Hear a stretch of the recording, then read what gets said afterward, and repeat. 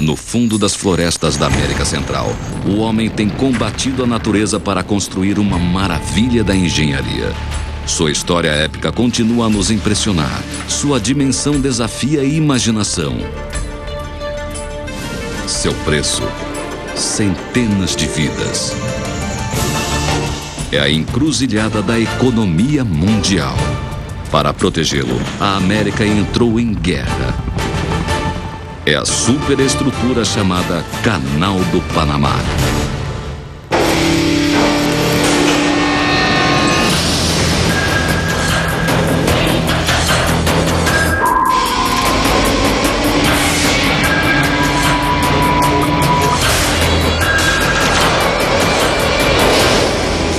Superestruturas do mundo, o Canal do Panamá. 20 de dezembro, 1989. Na proteção da escuridão, 20.000 tropas americanas invadem a pequena nação do Panamá na América Central.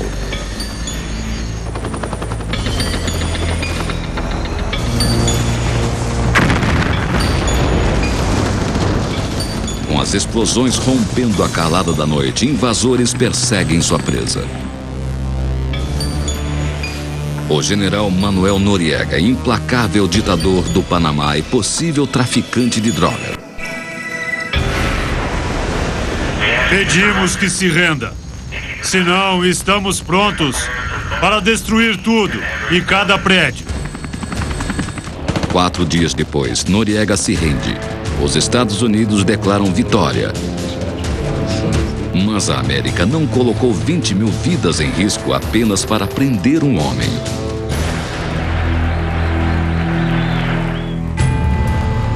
O pulso de ferro de Noriega no Panamá ameaçava uma das superestruturas mais importantes do mundo.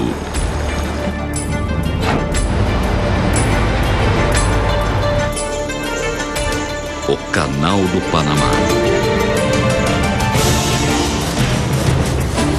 O canal nasceu de uma difícil batalha entre homem e natureza. Uma batalha que começou no início do século XX, quando os maiores engenheiros americanos assumiram o maior desafio de suas vidas e impressionaram o mundo. De 1904 a 1914, 40.000 operários cavaram e explodiram o seu caminho através de um dos mais duros terrenos do planeta Terra. Cavaram o fosso mais profundo, construíram a barragem mais larga e verteram a maior estrutura de concreto que o mundo jamais viu. Deram seu suor e deram seu sangue. Milhares deram suas vidas.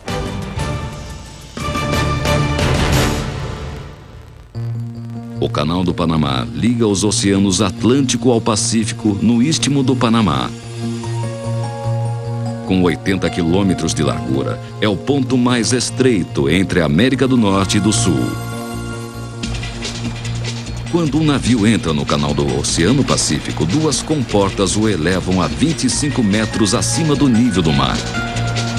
Nessa elevação, o navio navega por 14 quilômetros por um canal feito pelo homem, cavado nas montanhas do divisor continental. Então, mais 36 quilômetros através do segundo maior lago da Terra feito pelo homem. Ao se aproximar do Atlântico, outro grupo de comportas baixa-o até o mar.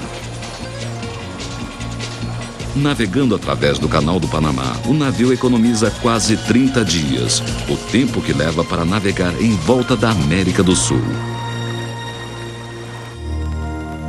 Ainda há 5 milhões de anos não havia necessidade para o Canal do Panamá.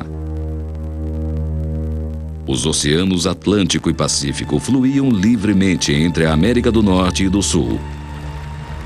Então, há cerca de 2 milhões de anos, o leito do oceano rompeu-se. 80 quilômetros de rocha vulcânica elevou-se entre os mares. Nasceu o istmo do Canal do Panamá. Eras depois, o homem sonhou em reabrir o antigo caminho entre os oceanos. Cavar 80 quilômetros parecia bastante fácil, mas no Panamá não era. O Istmo do Panamá era um dos lugares mais difíceis do mundo de se cavar um canal. Era geologicamente instável. Havia encostas de montanhas que tendiam a deslizar.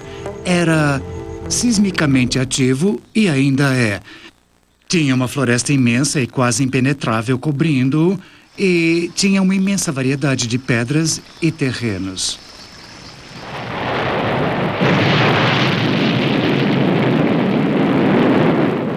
No final do século XIX, o homem aprendeu que inimigo formidável o Istmo do Panamá seria.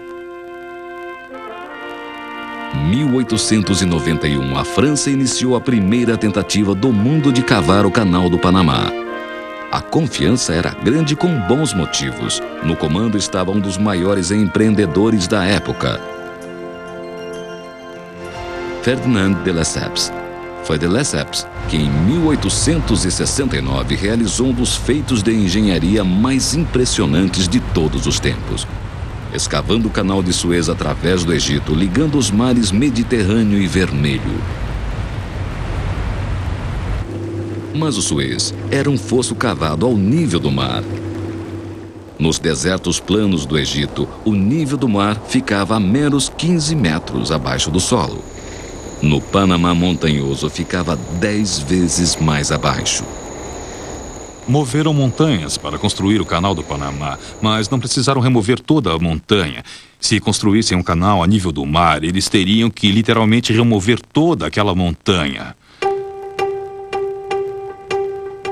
Engenheiros franceses começaram a cavar em 1881. Cerca de 8 anos depois, tinham escavados apenas alguns quilômetros de terra.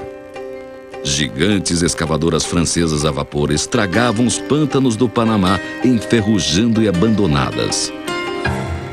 Ainda no final, não foram apenas as imensas montanhas que derrotaram os franceses. Os melhores engenheiros europeus também foram dominados por um inimigo quase invisível.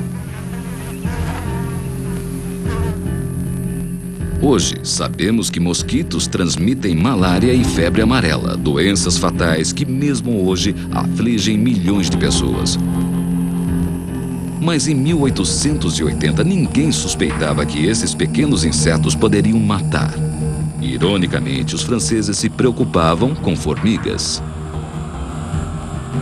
De modo a evitar que formigas subissem nas camas dos pacientes dos hospitais, colocaram cada perna de cada cama de ferro dentro de uma caneca de água e era ali que os mosquitos nasciam. Na temporada de chuvas de 8 meses do Panamá, mosquitos nasceram aos milhares e aos milhares os franceses começaram a morrer. As pessoas morriam tão rápido de febre amarela e de malária que, quando traziam você para o hospital francês, eles dizem que muitas vezes a caixa de pinho ou o caixão era trazido antes mesmo que você estivesse morto. Em apenas 8 anos, 22 mil membros da Companhia Francesa do Canal morreram de doença. O horrível tributo da morte era semelhante à hemorragia financeira. Ferdinand de Lesseps investiu 287 milhões de dólares nesse projeto do canal e foi à falência. Foi o maior desastre financeiro do século XIX. Em 1903, os franceses exaustos desistiram e venderam suas escavações do Panamá para uma jovem nação que havia provado sua perícia na engenharia dominando um continente. Os Estados Unidos tinham a arrogância de acreditar que teriam sucesso onde os franceses falharam. Muitos duvidavam disso. Mas os americanos sabiam de algo que os franceses ignoravam. Para cavar seu canal, a América não começaria escavando, mas com tubos de testes, um médico não engenheiro guiaria o caminho. O médico do exército americano Coronel William C. Gorgas chegou ao Panamá em 1904. Gorgas era uma figura controversa. Muitos dispensavam seus métodos não ortodoxos de controlar doenças. Mas esses métodos funcionaram brilhantemente em Cuba após a Guerra Hispano-Americana. No Panamá, Gorgas reuniu suas armas. 3.000 latas de lixo, 4.000 baldes, 1.000 vassouras, 2 toneladas de sabão e 120 toneladas de inseticida. Ele enviou batalhões de operários nas ruas, nos pântanos e nas florestas do Panamá, com ordens de atacar mosquitos onde quer que vivessem. Drenando charcos e outros locais de reprodução de mosquitos, o exército de Gorga borrifou milhares de galões de óleo em lagos e pântanos, matando as larvas do inseto.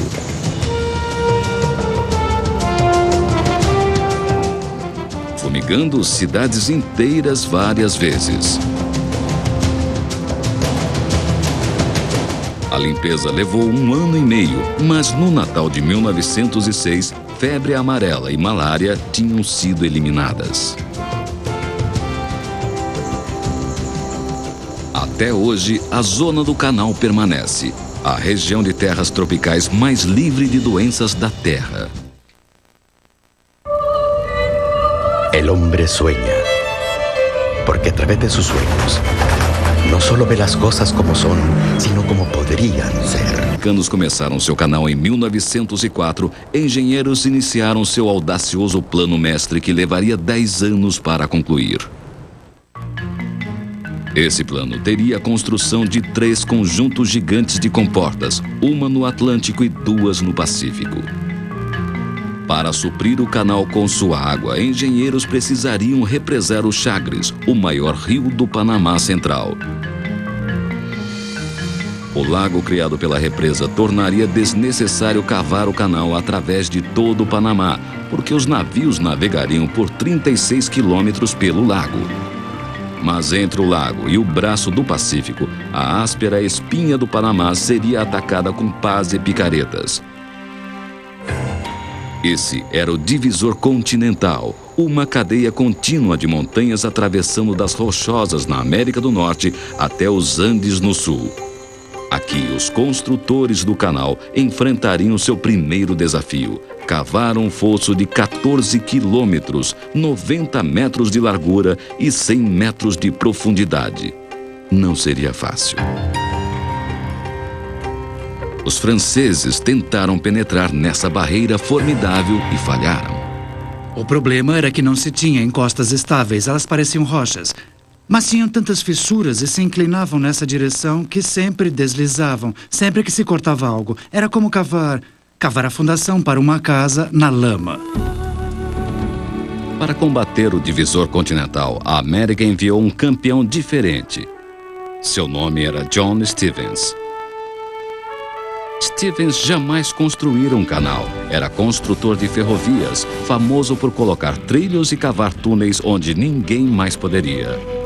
Quando chegou ao Panamá em 1905, tinha 52 anos e construído mais de 1.500 quilômetros de ferrovias nos Estados Unidos, mais do que qualquer um.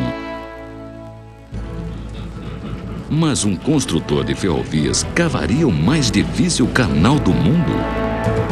John Stevens estudou as escavações francesas abandonadas, um fosso raso chamado Calebra Cut. Sua mente de ferroviário viu um fato crucial que os franceses não viram. A chave para conquistar Calebra Cut não era escavação, era transporte. Um dos maiores desafios tecnológicos para completar o Canal do Panamá era o que hoje seria provavelmente chamado de administração de construção e engenharia de sistemas. Como remover os milhões de metros cúbicos do material que estava sendo escavado? Porque não se pode só cavar a terra, precisa fazer algo com ela. Para fazer algo com aquela quantidade de terra, precisa ter um sistema ferroviário, um sistema de transporte que é muito sofisticado e muito adaptado. Com John Stevens, os 80 quilômetros do Istmo do Panamá logo foram cobertos com mais de 720 quilômetros de trilhos e trens, transportando terra, homens e suprimentos com incansável eficiência. Com os vagões carregados de terra rumando para locais de despejo, um constante suprimento de vagões vazios chegavam prontos para as escavadeiras encherem. Mas uma dificuldade permaneceria. como descarregar milhões de metros cúbicos de terra. Sem encontrar soluções possíveis, os americanos inventaram uma charrua de aço de 3 toneladas puxada por um potente guincho ao longo do trem com terra.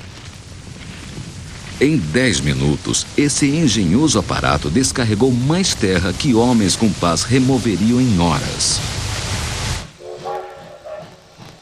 A ferrovia resolveu muitos problemas, mas criou outro. Como transportar quilômetros de trilho de trem para manter o avanço das escavadeiras a vapor. John Stevens criou um novo aparato chamado cambiador de trilhos. A máquina simples, mas eficiente, permitiu à ferrovia seguir a escavação onde quer que fosse. O que ele fez foi projetar um guindaste que se movia pelos trilhos, inclinando-se adiante e pegando um trilho à sua frente, erguendo-o e colocando-o alguns metros para o lado. Então continuava pelo trilho e fazia a mesma coisa mais adiante, e sempre e sempre. Mas John Stevens não ficou para executar seu brilhante plano de ataque. Logo que organizou as escavações do canal, o ferroviário teimoso de repente desistiu. Ele basicamente disse que o trabalho difícil estava organizado e que o projeto e a própria construção eram fáceis dali para frente. Quando tornou-se nada mais do que um grande projeto de construção, ele resolveu partir. Ele partiu para a Rússia atrás de novos desafios. A partida de Stevens enfureceu o presidente Theodore Roosevelt. O presidente passou a missão de cavar o canal ao coronel de exército George W. Guttels. Roosevelt disse: "Não pode desistir a menos que eu mande." Segundo da classe em West Point, Guttels tinha se sobressaído no corpo de engenheiros do exército. Ele usaria sua absoluta autoridade para soldar os operários americanos do canal numa perfeita máquina humana disciplinada. Ele imediatamente pôs toda a zona do canal sob lei marcial e assim poderia decretar o que tinha que ocorrer. Ele não precisava convencer, ele não precisava argumentar. Em 1908, Guttels decretou que a passagem do canal seria 50% mais larga que Stevens tinha planejado. Novamente, homens e máquinas atacaram Culebra Cut. Liderando o ataque, haviam 68 dos maiores removedores de terra jamais construídos. Escavadoras a vapor gigantes de 95 toneladas, feitas pela empresa de Buzz Ayres em Milwaukee. Cada um desses leviatãs de ferro podia escavar 8 toneladas de terra, mais que 3 vezes a capacidade das escavadoras a vapor usadas pelos franceses. As escavadoras gigantes cavavam dia e noite no divisor continental, enchendo um carregamento de terra em minutos. Dia após dia, as explosões nunca cessavam. 170 toneladas de dinamite e 800 explosões a cada mês.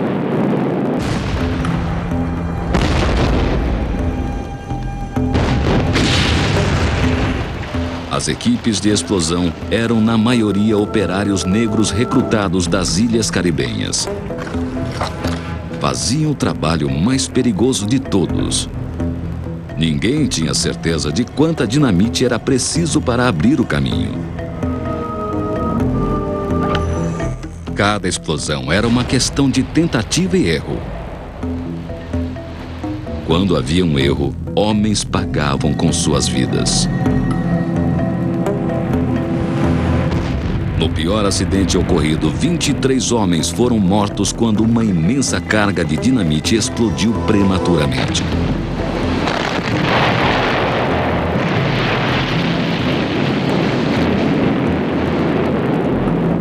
Um operário das Índias Ocidentais lembrou: a carne dos homens voou pelos ares como pássaros. Demorou 9 anos para terminar o Culebra Cut, mais tempo que qualquer outra fase de construção do canal.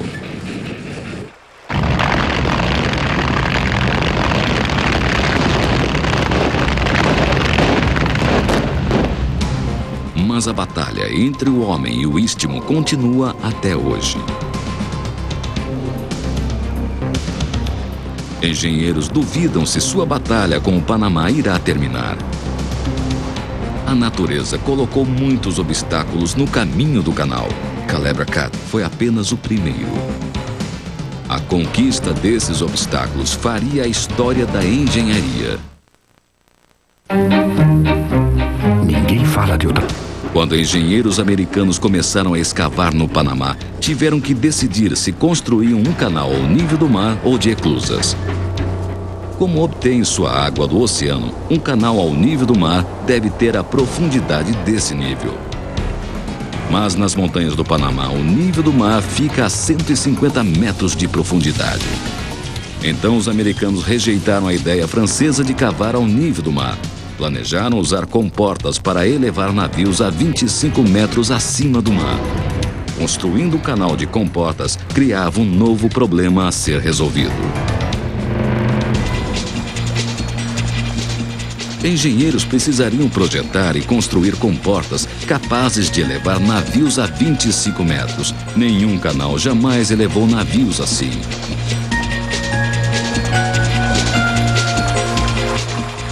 Na teoria, comportas precisariam de bombas muito potentes para elevar água e navios a 25 metros contra a força da gravidade.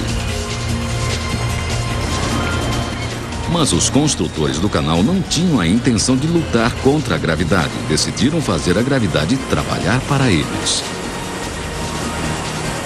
O aspecto mais brilhante do projeto das comportas é que toda a água que entra nelas e sai delas flui basicamente com a gravidade. Por isso, não se precisa de bombas. Para explorar a força do fluxo de água para baixo, engenheiros do canal primeiro tiveram que capturá-la. No Panamá, era mais fácil falar que fazer. Desde tempos imemoriais, tempestades tropicais encharcam o istmo do Panamá. Mais de 3 metros de chuva cai a cada ano.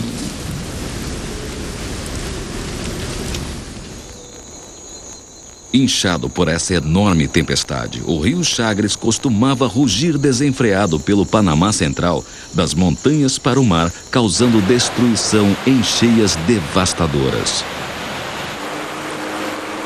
Engenheiros sabiam que não haveria canal do Panamá se não contivessem o Chagres. Calcularam que para controlar o furioso rio, teriam que construir um dique de 30 metros de altura e 2,5 quilômetros de largura, o maior dique de seu tempo. Era um projeto audaz e altamente controverso. Mas os engenheiros do canal insistiam que o seu dique iria aguentar. Iniciado em 1906, o dique Gatton foi concluído em 1913. Atrás dessa imensa parede, o Chagres se espalhou, inundando 410 quilômetros quadrados de floresta, criando o Lago Gatton, na época, o maior lago do mundo criado pelo homem. 36 quilômetros de extensão, o lago garantia quase a metade do comprimento do canal, dando às comportas a imensa quantidade de água necessária para operarem. O rio Chagres era realmente a força vital de todo o canal, e ainda é, hoje. Ele fornece água para todo o sistema, trazendo-o ao topo do canal e guiando-o através das comportas até fluir para os oceanos.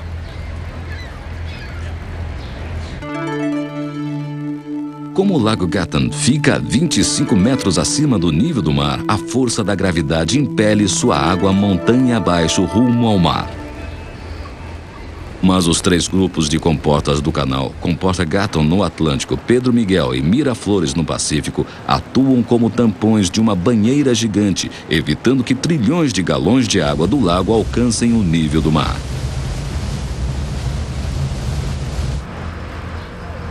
Para elevar e baixar os navios, operadores de comportas precisam apenas abrir e fechar uma série de válvulas. Água buscando o nível do mar flui para dentro ou fora das câmaras, elevando ou baixando os navios que passam. É preciso 118 milhões de litros de água para elevar um navio e 118 milhões para baixá-lo.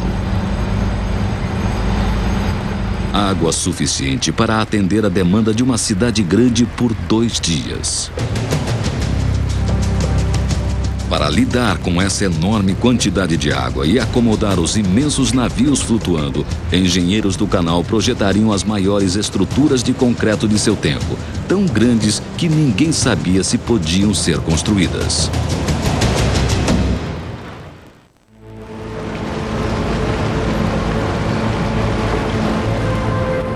As comportas do Canal do Panamá são tão bem projetadas que os enormes navios atuais podem passar com segurança através delas com apenas uma pequena folga. Antes que qualquer navio se arrisque numa comporta, funcionários do canal o prendem a 4 locomotivas elétricas chamadas mulas, que viajam de cada lado da comporta num trilho de alta voltagem. Com o navio se movendo pela comporta, um piloto do canal a bordo diz aos condutores da mula quando enrolar ou soltar o cabo. Como pescadores capturando um enorme merlin, as locomotivas evitam que o navio bata nas paredes da comporta.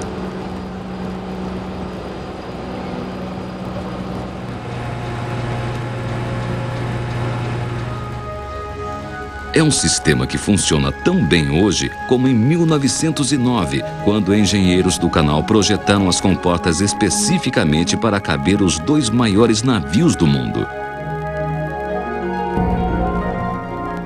Um desses navios era o novo navio de guerra Pennsylvania, com 29 metros de largura e 180 metros de extensão. O outro era o navio de luxo inglês, em seus primeiros dias de construção. Terminado, teria 264 metros de extensão e 28 metros de largura, o maior navio de passageiros no mar. Embora as comportas fossem projetadas para ele, ele nunca atravessou o Canal do Panamá. Seu nome era RMS Titanic. Para acomodar o Titanic, as câmaras das comportas teriam que ser as maiores estruturas de concreto na história, com 33 metros de largura cada e 24 metros de altura, maiores que prédios de 6 andares. Mesmo hoje, ereta em sua ponta, uma única comporta seria a 4ª estrutura mais alta do horizonte de Manhattan, superada apenas pelos prédios Empire State e Chrysler e pelo World Trade Center.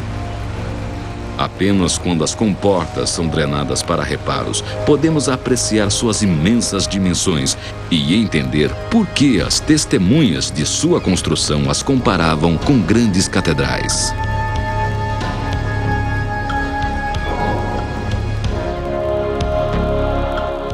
Jamais se derramou concreto em tão grande escala. Ninguém estava certo se era possível.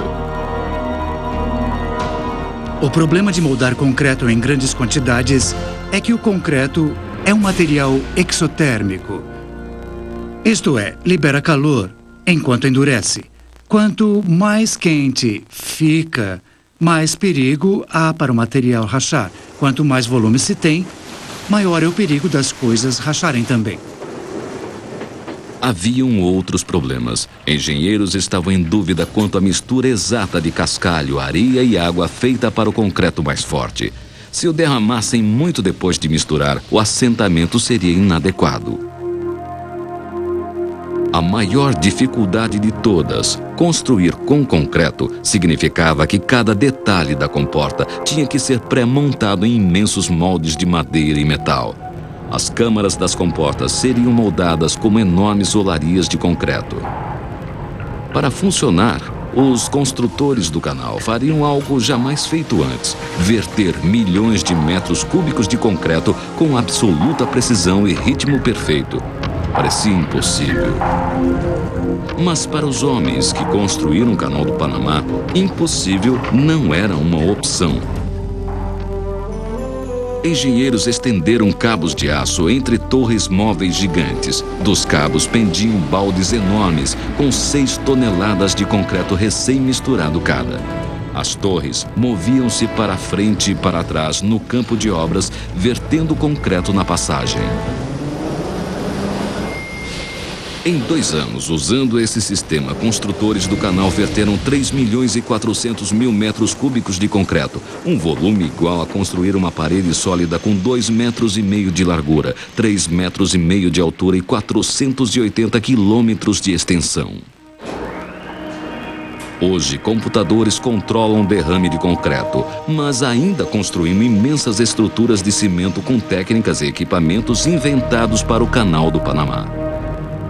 Projetistas das comportas coroaram seu triunfo no derrame de concreto com ainda outra invenção fascinante.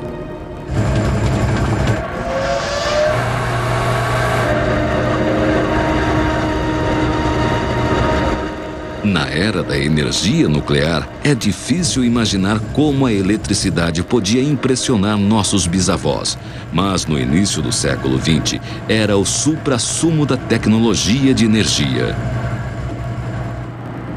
Diferente da energia a vapor, eletricidade era instantânea e precisa. Com o toque de um botão, ligava ou desligava. Num piscar de olhos, viajava através de longos fios para ligar motores compactos que funcionavam máquinas imensas. Turbinas imensas ligadas pela força do rio Chagres ativavam 1.500 motores elétricos, fazendo funcionar as comportas do canal. O mundo industrial, que funcionava a vapor ou energia animal, estava muito impressionado. O Canal do Panamá mostrou o que a energia elétrica podia fazer. Com o concreto vertido e a eletricidade instalada, só restava um desafio para os construtores das comportas: os portões das câmaras. Os portões precisavam ser fortes o bastante para conter milhões de litros de água. Para servir as maiores câmaras de comportas do mundo, tiveram que fazer os maiores portões jamais construídos, com a altura de um prédio de 6 andares. Para ficar estanque, os portões precisavam abrir e fechar com precisão impecável. Resumindo, precisavam ser milagres de engenharia. Imensamente fortes, mas tão leves como penas. E eram assim. Em terra seca, um portão de comporta pesa 700 toneladas. Em água, ele flutua. A estrutura oca flutuante torna o portão mais leve que a água. Esse é um aspecto muito importante do projeto dos portões da comporta, porque significa que o maquinário necessário para abri-los e fechá-los não precisa mover um portão de aço muito pesado e maciço, mas apenas precisa mover algo que boia na água.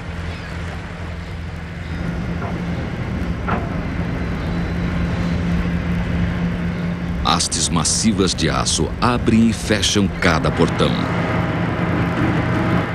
Movendo as hastes estão imensas engrenagens com 6 metros de diâmetro. O mais incrível, todo o sistema funciona com um motor elétrico simples de 40 cavalos vapor, tão potente quanto um motor de motocicleta. Quando os portões estavam prontos, engenheiros tentaram abri-los e fechá-los com as câmaras secas em seu peso absoluto. Um observador notou que cada portão de 900 toneladas girava tão fácil como uma porta comum. Gravidade era o coração das comportas, eletricidade seu sistema nervoso. Engenheiros deram-lhe um cérebro: a mesa de controle. Hoje, as mesas de controle originais feitas em 1913 ainda dirigem as comportas. Cada mesa é um pequeno modelo de toda a operação das comportas. Mas, diferente de um cérebro real, não pode cometer erros. Com o operador girando as alavancas das válvulas, deixando a água entrar e sair das câmaras, abrindo e fechando os portões, toda a operação das comportas acontece em miniatura diante de seus olhos. Tudo deve acontecer na sequência correta. Sob a mesa, os controles estão engenhosamente interligados. Ninguém pode ligar um botão ou girar uma válvula fora de ordem. Nesse caso, a operação de comportas se interrompe. Após 4 anos de construção, as comportas ficaram prontas. Nessa altura, o Canal do Panamá estava finalmente quase pronto.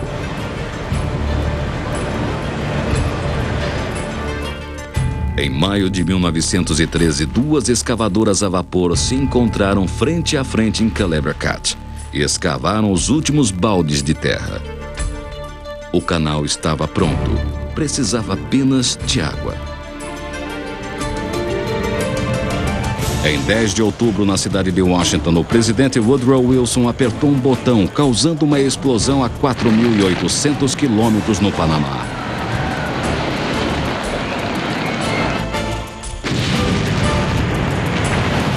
Centenas de cargas de dinamite explodiram pelos ares os últimos metros de terra. A água do lago Gatun inundou o Culebra Cat. Mas o Canal do Panamá foi escavado tanto por motivos de estratégia militar como por razões de navegação comercial. Quando terminado, ele se tornaria um dos trunfos militares-chave da América e um dos seus alvos mais vulneráveis.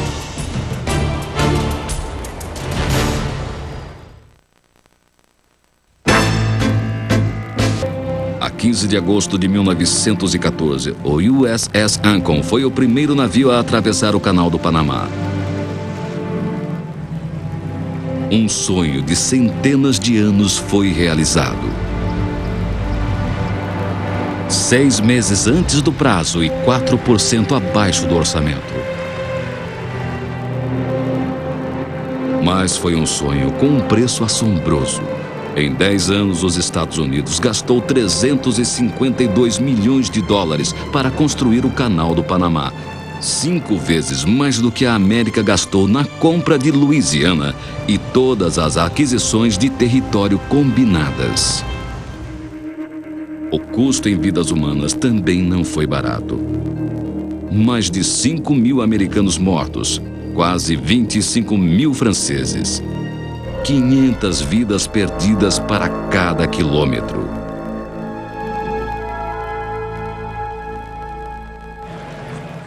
Os construtores do canal realizaram um dos maiores projetos de construção da história e só podiam imaginar se sua conquista suportaria o teste do tempo. Não poderiam saber que em 50 anos o Canal do Panamá enfrentaria um perigo mortal. No final da Segunda Guerra Mundial, os tripulantes de um navio de guerra norte-americano no Pacífico ficou chocado ao ver o que parecia ser um monstro pré-histórico emergindo do fundo. Na verdade, era um submarino japonês, 120 metros de extensão, uma das maiores embarcações submarinas da época. A série de submarinos E-400 é algo que o mundo jamais pôde ver antes disso. Eram submarinos gigantes, tinham um deslocamento de 4.450 toneladas. Isso correspondia a quase o dobro do tamanho do maior submarino americano. Era uma máquina bem impressionante. Examinando o submarino, marinheiros norte-americanos descobriram um tubo estranho e um longo trilho de metal. Os japoneses explicaram que o tubo era realmente um hangar de aviões, engenhosamente projetado para receber hidroplanos chamados Sirens.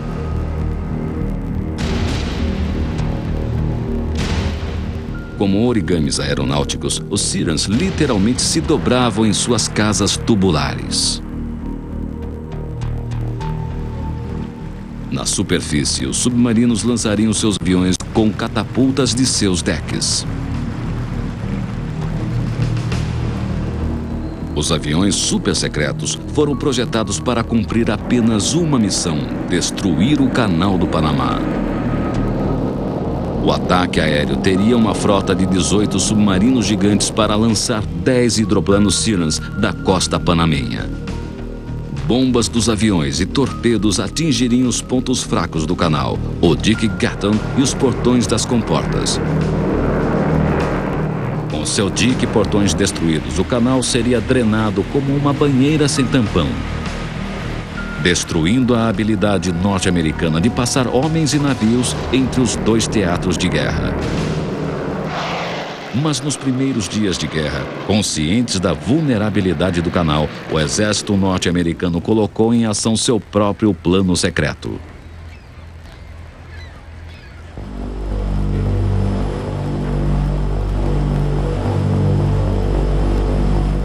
A 30 metros sob as comportas, um labirinto de túneis levava ao projeto 7 itens especiais apelidado de CIP-7.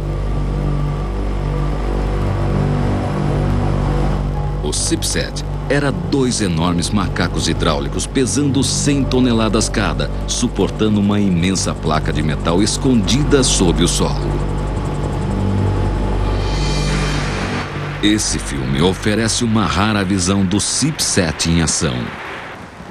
Empurrado para cima pelos macacos hidráulicos, o imenso dique de aço atua como uma comporta, capaz de conter trilhões de galões de água se bombas um dia atingissem as comportas do canal. A Segunda Guerra terminou antes que o Japão pudesse lançar seu ataque contra o Canal do Panamá. Em vez disso, seus submarinos gigantes terminaram como alvo de prática para a Marinha norte-americana.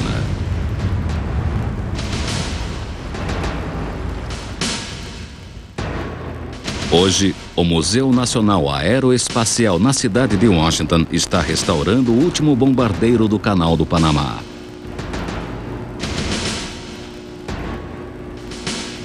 Os aviões Seiran são os únicos aviões com base em submarinos jamais projetados e postos em operação que foram criados como uma arma ofensiva. O Seiran que temos aqui no museu é a única pista restante no mundo desse sistema de armas. Temos muito orgulho de tê-lo devido à ameaça que mostrou contra o Canal do Panamá e pelo que poderia ter feito.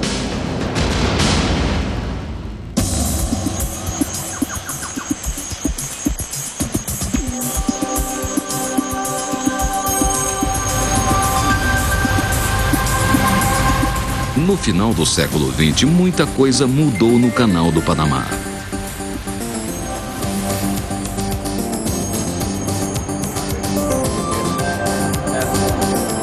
A tecnologia do futuro trabalha lado a lado com inovações do passado. Já estamos prontos, capitão. Certo. O que seu navio está fazendo? Vai nos atingir. Não podemos fazer nada, capitão. Vamos esperar. Pilotos veteranos do canal usam modernos simuladores computadorizados para ensinar estagiários a evitar catástrofes. Você precisa ter em mente os efeitos hidrodinâmicos, sabe? A interação entre os dois navios. Hoje, os maiores navios usando o canal são chamados de embarcações do Panamá. Navios do Panamá têm 285 metros de extensão e mais de 30 metros de largura. As câmaras das comportas têm 300 metros de extensão e 33 metros de largura. Literalmente, não há espaço para erros. Faça um bom trabalho entrando nas comportas e verá o rosto do mestre dando um grande sorriso. Senão, você pode vê-lo olhando para o outro lado e essa talvez seja a maior punição. O mundo também está mudando para além do que os construtores do canal jamais imaginaram. O maior dos supertanques atuais e porta-aviões são muito grandes para as comportas. Fala-se de construir ferrovias de alta velocidade através da América Central para competir com o canal. Mas com a chegada do ano 2000, o canal passa de propriedade norte-americana para panamenha. Essa superestrutura que já impressionou o mundo continua servindo bem. Desde a abertura do canal em 1914, quase 800 mil navios passaram por ele, levando mais de 5 bilhões de toneladas de carga.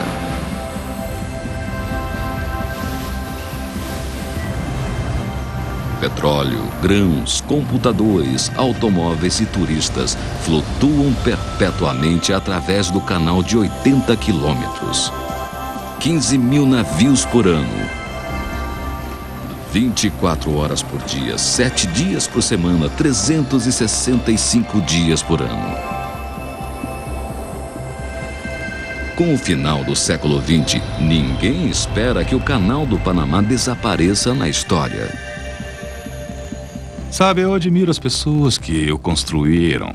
Às vezes você passa pelo canal e se concentra no trabalho e então não pensa nisso, mas às vezes você vê um passageiro, por exemplo, num navio que pergunta sobre o canal e você começa a falar e olha para as montanhas e sente incrível admiração pelas pessoas que o fizeram.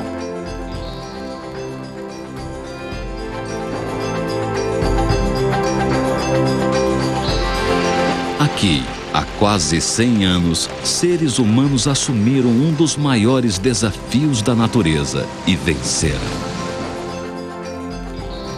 Independente de seu futuro, o Canal do Panamá sempre será um monumento a essa vitória.